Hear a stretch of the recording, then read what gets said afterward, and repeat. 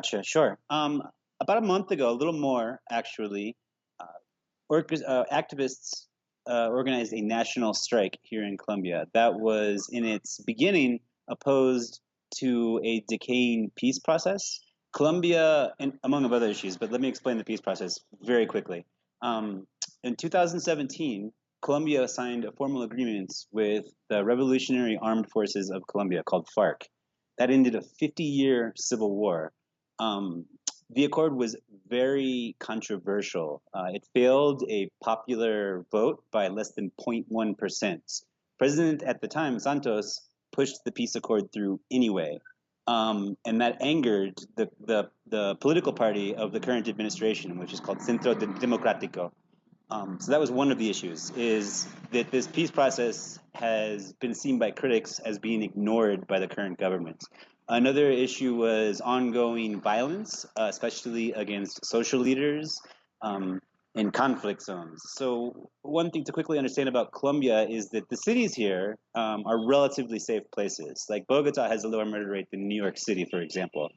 But there are regions of the country in which the civil war very much never ended, that are still controlled by armed groups. So failure of the government to address that problem was another critical issue for why the strikes were called. But what really gave them popular support in the beginning of the protests was a controversial tax bill that would have disproportionately affected the poorer classes here. It was a tax on goods. So that gave these protests a lot of momentum when they first started. That tax bill has since been withdrawn. The government, after this huge response nationally that was totally unexpected, was taken off the table. But now the protests are about the government response before that happened, because these protests have been incredibly violent in some places.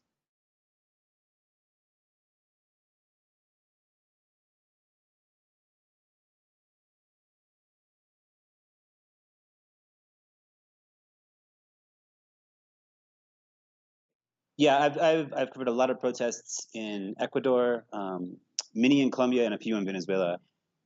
As far as Colombia goes, these protests are unprecedented. Even in 2019, when the last time there was a national strike, that was the biggest protest that Colombia had seen in 50 years. But they didn't have the national momentum that these protests do. They were centered mostly in Bogota, with sympathetic protests in other cities. These protests are different in how widespread they are. You're seeing massive demonstrations in cities that have historically not been very involved in political activism here. And I think that that shows how much anger and frustration the Colombian citizenry has against the current administration. For example, cities that were previously strongholds of support for Centro Diplomático are having massive turnouts in the streets. Now, the protests aren't as violent there, just due to the nature of clashes between the state and these activist groups. But there's a lot of people that are relatively apolitical that were really angered by the administration's response to these protests when they began. For example, Cali is a city here, one of the major cities, has been sort of an epicenter for some of the violence that's been happening. We've confirmed internet blockages by the state in areas where they're cracking down against protesters. As of yesterday morning, local media from Cali had reported 24 protester deaths. Now, it's not fair to say that all of those are from the police, because some of them are under circumstances that have not been totally determined and investigated. But NGOs there, as well as eyewitnesses to some of these events, it seems extremely probable that most of those deaths were caused by state forces.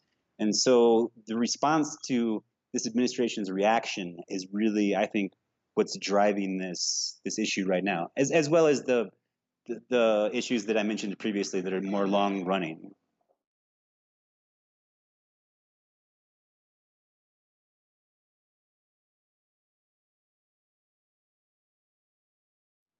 Absolutely. So the president right now, his name is Ivan Duque, and he is from the Centro Democrático Party. That was the party under President Uribe, who was the president in the 2000s. That was president during Plan Colombia at the height of the Colombian Civil War. And they've always favored a very, what they call a firm hand response to these social problems, whether that was rebels or whether that were social movements or whether that were indigenous or Afro-Colombian communities.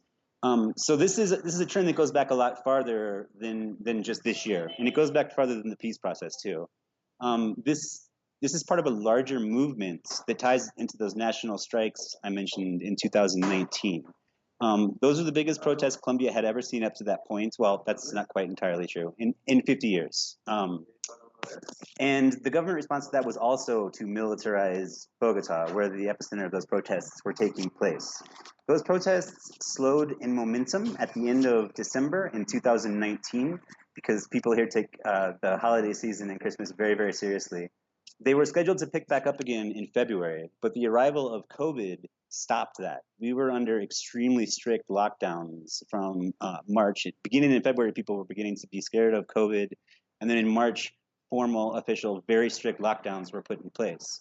So this social movement was gaining momentum at that period. And I think that it was really put on pause by the global and Colombian response to COVID. Closed borders, people weren't able to go out on the streets. In the beginning, like they were passing out fines simply for being outside. But even moving beyond that, the government has tried to outlaw outlaw is a strong word, has strongly pushed back on organizers trying to organize these events. So the background on the story is that I think that these issues are deeply tied into Colombia as a governing system. Some of the protesters here are describing Colombia as a dictatorship. I don't think that's a fair description of what's going on. But for decades, it has been a flawed democracy with serious problems of corruption and authoritarian tendencies.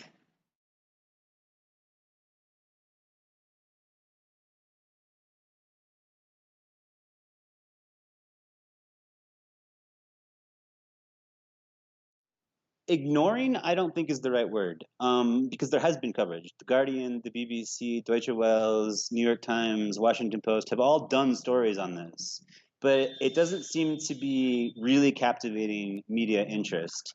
And for me as a freelancer, what I usually do is I submit stories that aren't exactly breaking news. I'm looking for more human interest angles or social angles or specific stories about individuals. And for about a week that I've been on the streets, I haven't had much luck with that. The big media companies had been running stories like, look, this is happening, but weren't really looking much deeper. I get the impression that today things seem to be changing. The situation here in Colombia was on the front page of the New York Times. 2 nights ago, the hashtag SOS Colombia was the biggest hashtag in the world. I think some of these media companies are just now starting to pay attention to what's going on here. And I think that's not, I think it's important to point out when I say that they were kind of not paying a lot of attention to the story. I don't view that as any kind of conspiracy, right? It's like there are a lot of crises happening in the world right now. And I think a lot of governments are very internally focused because of the global health crisis that we're all going through.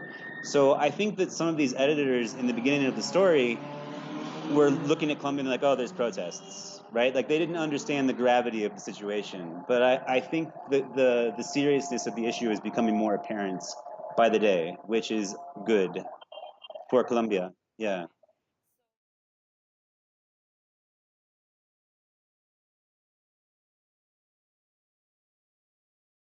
So when I first started to going to protests Wednesday, I found I was picking up some of the munitions that the riot squad, they're called SMAD. That's the riot squad here that has become a focal point of these issues. The munitions they were using were all U.S. produced. So I started looking into this, and it seems so far that all of these weapons that are being used to kill protesters in Colombia are being produced by companies in the United States. Furthermore, Colombia is the largest recipient of U.S. foreign aid in the world. They're America's closest partner in Latin America. The governments have always been very tied together as far as their political aims for the region. And now, don't misunderstand me. I'm not trying to say that the U.S. is 100% responsible for what's happening in Colombia. Colombia very much has its own autonomy and is capable of creating and solving its own problems as well. but the United States has made things worse. I don't think that's a disputable point. So I've been trying to pitch a story about the exact sort of financial backing that U.S. weapons are being used right now to kill Colombian protesters. That's not disputable. And it's a story that hasn't gotten a lot of traction yet. But I'm talking to some editors now today, so hopefully we can get that out there.